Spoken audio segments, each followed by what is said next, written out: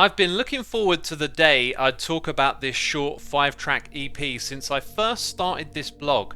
Eternal Lord are a short-lived English deathcore band who dropped this self-title in the prime of the scene's uprising.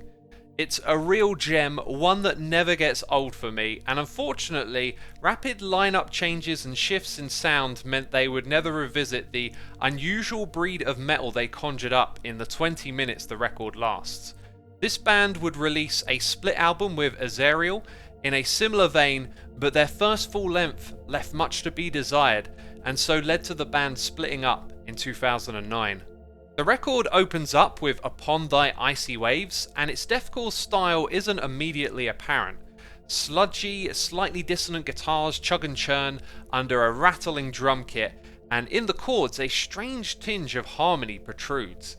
As the song progresses through a drum solo into its first phase, the snarling, throaty screams drop in with a covering range of texture, raspy and loose. Under them, the guitars hammer out atypical metalcore riffs, melodies spliced between muted open strings. Yet despite the similar techniques, a distinct and unique sound is very apparent. It progresses through the motions and ends up with some bright, colourful leads to climax the song.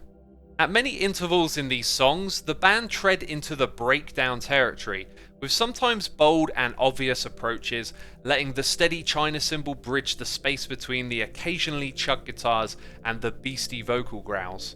In other moments, the band have the sensibility to hold back the obvious nature of the breakdown and simply remove a few elements from the currently played guitar riff and amplify the groove on the drum kit. It's fantastic, giving a constant refreshment of head-banging energy to the flow of these songs which never let up on the intensity. In an untypical fashion for the genre, the band sounds somewhat mystic and a little drawn to some of the grander epic themes found in majestic black metal. It's a very indirect subtlety, but the guitars have a darker charm to them, and vocalist Rickett, through his slack and gruff delivery, enhances a naturous vibe with the animalistic and beastie vocals that sound like a fantasy creature of the night.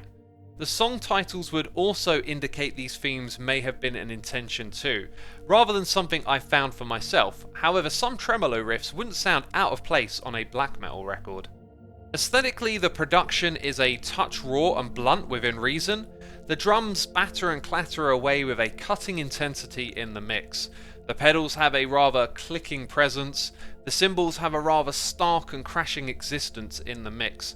Along with the loud and in-the-front mixing of the vocals, the bass gets a little lost behind the guitars with their own serpentine texture, often enhanced by the syncopation with the pedals.